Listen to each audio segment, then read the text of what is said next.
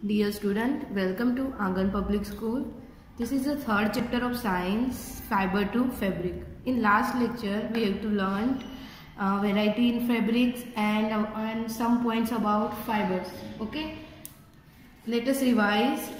Fabric means clothes, and fabrics are made up of yarns, and yarns are further made up of fibers. Okay. Fabric यानी cloth. Okay, fabric यानी एक कपड़ा ही होता है जो यान से बनता है. ओके, और ये जो यान है वो किससे बनते हैं? फाइबर से. Okay, yarns are further made up of fibers. Fabric is made up of two types of fibre. Okay, दो टाइप के फाइबर से फैब्रिक बनता है. First one is natural fibre, second is synthetic fibre. Natural fibre यानी they are obtain from plants and animals. Okay, it means natural fibres जो होता है वो हमको प्लांट्स और एनिमल्स में से हमको फाइबर मिलता है.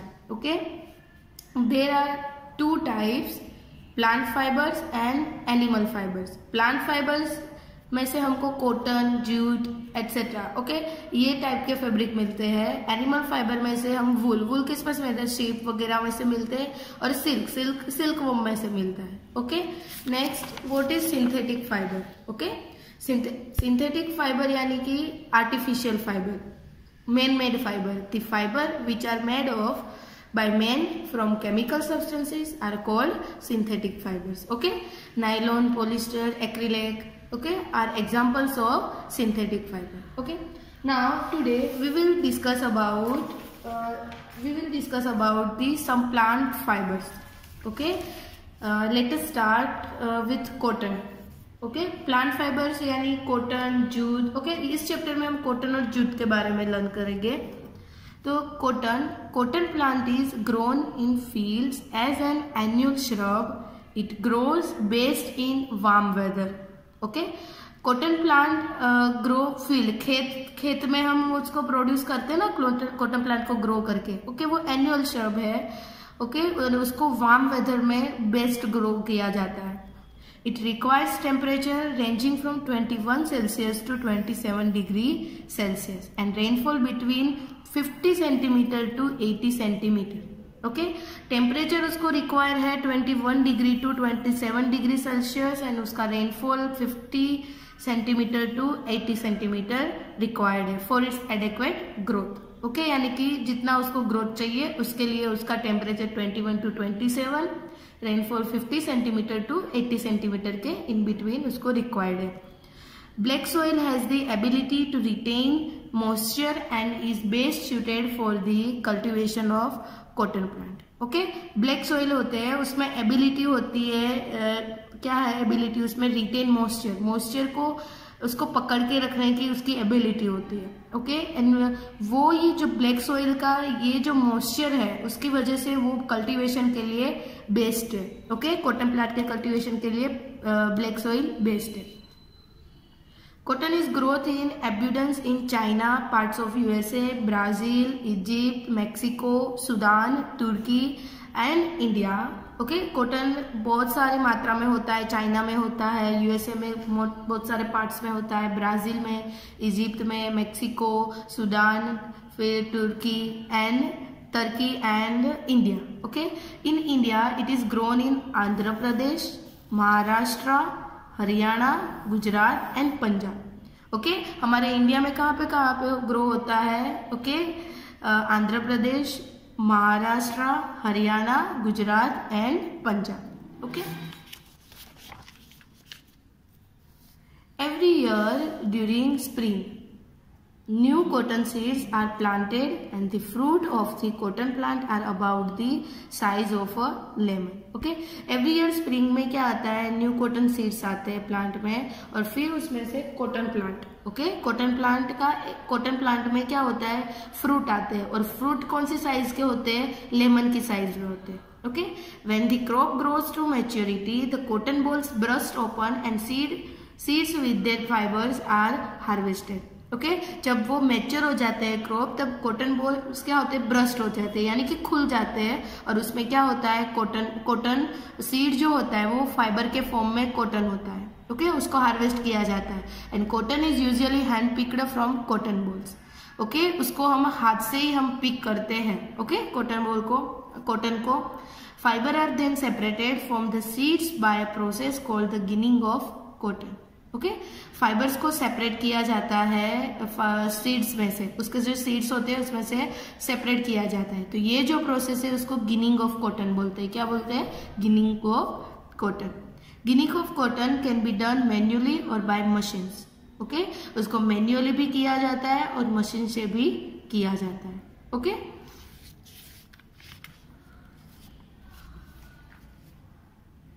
Next jute. ओके, हमने पहले कॉटन में तो देखा कि कॉटन में क्या उसको टेम्परेचर 21 to 27 चाहिए, उसका रेनफॉल की रेंज चाहिए 50 डिग्री to 80 डिग्री, उसको सूटेड है black soil. Okay, warm weather चाहिए कॉटन प्लांट के लिए, और हमारे इंडिया में आंध्र प्रदेश, महाराष्ट्र, हरियाणा, गुजरात एंड पंजाब में ग्रो होता है mostly. Okay, next, every year during spring में क्या होते हैं, उसमें कॉटन सीड्स आते हैं। ओके, और कॉटन फाइबर जो होता है, ओके, उसके अंदर ही जो सीड्स होते हैं, तो हम क्या करते हैं, कॉटन को हैंड पिक से वो कॉटन बॉल को तो हम ले लेते हैं। ओके, बाद में उसको क्या करते हैं, सेपरेट करते हैं। वो जो कॉटन का फाइबर होता है उस सीड के अराउंड होता है, तो वो सीड को और कॉटन को दोनों को अलग करते हैं। ओके, तो वो प्रोसेस को गिनिंग ऑफ कॉटन बोलते हैं। और गिनिंग ऑफ कॉटन ये जो मेथड है या मैन्युअली हैंड से भी होती है और मशीन से भी होती है। Okay, now next, jute is obtain from the stem of jute plant. It is a rainy season crop and grow best in warm and humid weather. Okay, jute जो होता है उसकी स्टेम, ओके, जूट जो मिलता है stem में से मिलता है, जूट प्लांट की स्टेम में से हमको मिलता है, और वो मोस्टली रेनी सीजन क्रॉप है, रेनी सीजन में होता है क्योंकि इसको बहुत सारा पानी चाहिए होता है, और ये जो ग्रो होता है वार्म एंड ह्यूमिड वेदर में। Okay, almost 85% of the world's jute cultivation is done in Ganges delta. Okay, जो डेल्टा पार्ट है गंगा का, ओके, वहां पे 80% वर्ल्ड का 80% जूट वहां पे कल्टीवेट होता है। It is cultivated in Bangladesh, China, Myanmar, Nepal, Pakistan, Thailand and India. Okay, कौन सी कंट्री में होता है cultivate? Bangladesh, China, Myanmar, Nepal, Pakistan, Thailand and India. Okay, next है in India jute is mainly grown in Bihar. India में कहाँ पे ग्रो होता है? Bihar, Assam, Orissa, Andhra Pradesh and West Bengal. Okay, in India the mainly grown in Bihar, Assam, Odisha, Andhra Pradesh and West Bengal. Okay, now next, jute is the world's cheapest natural fiber. It requires an ideal temperature range of 80 degrees Celsius to 33 degrees Celsius. Okay, and humid in the range of the 70% to 80% to grow well. Okay, सबसे cheapest world का natural fibre, सबसे सस्ता fibre jute है, और उसको एक ideal temperature चाहिए 80 degree Celsius to 33 degree Celsius, और ह्यूमिडिटी 70 to 80% होनी चाहिए। ओके, तभी वो ग्रो अच्छे से होगा। Jute plant are harvested after flowering and before they turn into seeds. जब वो सीड में टर्न होने जाए उससे पहले फ्लावरिंग उसमें होता है, तब भी उसको क्या कर देते हैं, हार्वेस्ट करते हैं। The harvested plants are kept immersed in water for few days. It leads to the rotting of the stem. Okay, उसको पानी में क्या किया जाता है, इमर्स किया जाता है, उसको पानी में ही रखा जाता है हार्वेस्टेड प्लांट को। क्योंकि और थोड़े दिन तक रखा जाता है जब तक वो क्या होने लगे, रोटन यानी सड़ना। ओके, जब तक वो सड़े नहीं तब तक उसको पानी में फ्यू डेज तक रखते हैं। It is done to soften the tissues so that fibre can be separated easily. This process is called the retting. Okay, जब तक कब तक उसमें से soft tissues, okay, sticky solution उसमें से टिश्यूज होते हैं, वो जब रोटन होता है तब वो उसमें से मिलता है। जो जब तक वो नहीं मिले तब तक उसको ये प्रोसेस करनी है, फिर फाइबर्स को उसमें से सेपरेट किया जाता है, और ये जो प्रोसेस है उसको रेटिंग बोलते हैं। ओके,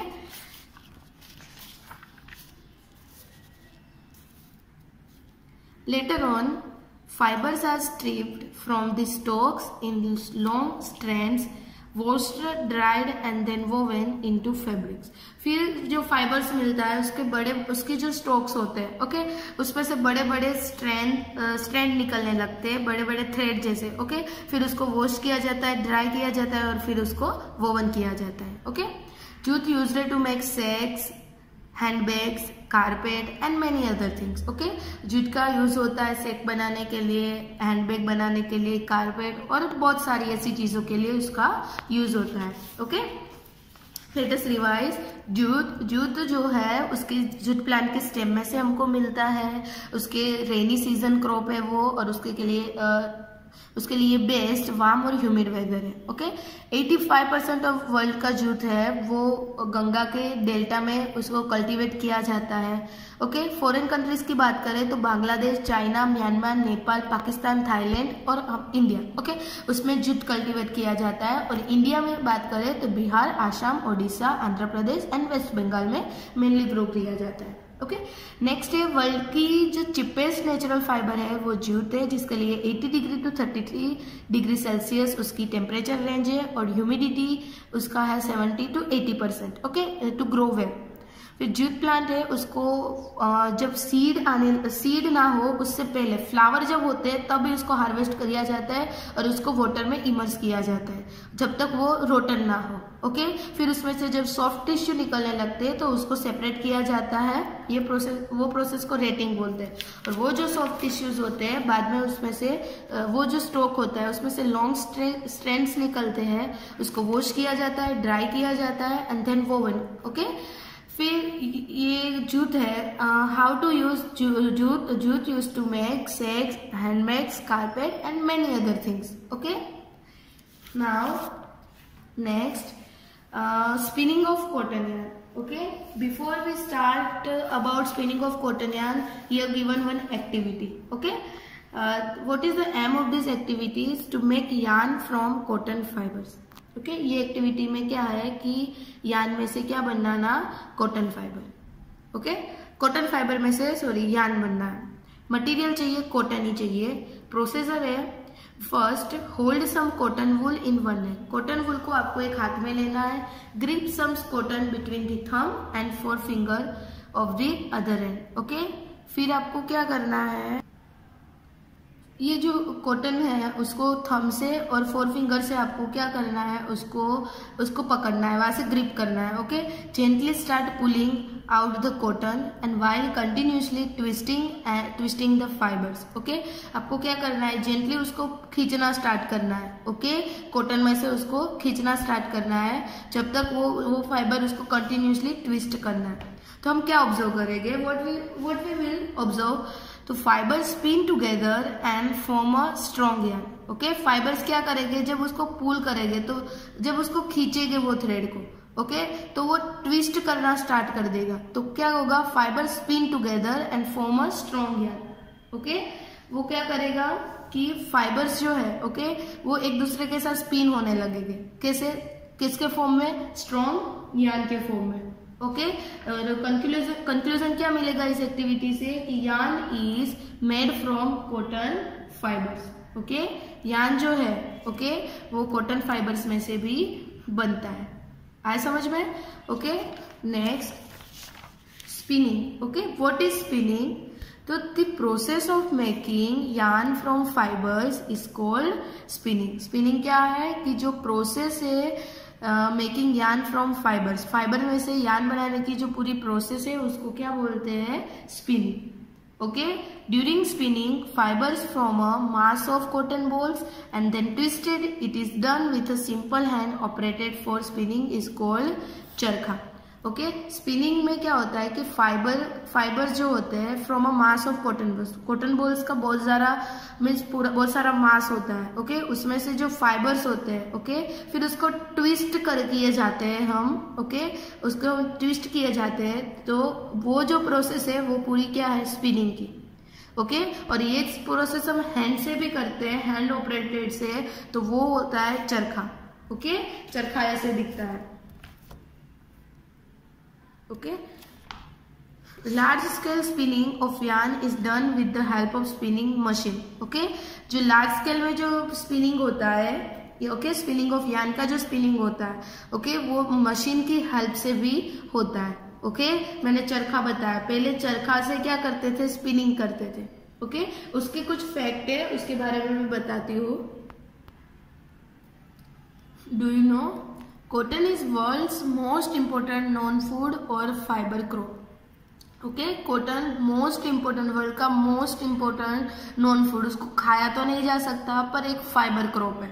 ओके, क्योंकि कॉटन सब जगह पे यूज होता है। ओके, क्योंकि कॉटन से हम क्लॉथ बनाते हैं उसके जो फाइबर से, और वो क्लॉथ्स को हमको पहनने होते हैं। ओके, तो उसकी नीड रहेगी। Okay, during the Indian independence movement Mahatma Gandhi encouraged people to wear cloth made of homespun yarn and discard clothes made in British mills. Use of charkha was popularized by him in those days. Okay, यानी कि जब Indian independence movement चल रही थी तब महात्मा गांधी ने लोगों को मीन्स इनकरेज किया था कि होमस्पन यार्न बनाने के लिए, यानी कि ये जो कॉटन के, ये जो खादी के जो कपड़े होते हैं ना, वो पहनने के लिए इनकरेज किया था। ओके, और उस टाइम पे वो बहुत पॉपुलर था। ओके, और वो किसके यूज से बनाते थे खादी का कपड़ा, चरखा के यूज से। Okay, to popularise and promote khadi the government of India constitute a body called Khadi. Okay, government of India ने कॉन्स्टिट्यूट किया खादी को and village industry commission in 1956। Okay, कब, विलेज इंडस्ट्री कमीशन ने 1956 को। ओके, कॉटन फाइबर है world का most important non food और fibre crop है। और जो इंडियन इंडिपेंडेंस मूवमेंट चल रही थी तब महात्मा गांधी ने लोगों को इनकरेज किया था खादी के लिए, खादी यानी होमस्पन यार्न। ओके, और उस टाइम पे वो बहुत पॉपुलर था khadi. Okay, here today's session is completed. In next session we will continue with this chapter. Till then, keep learning, stay safe, stay home student.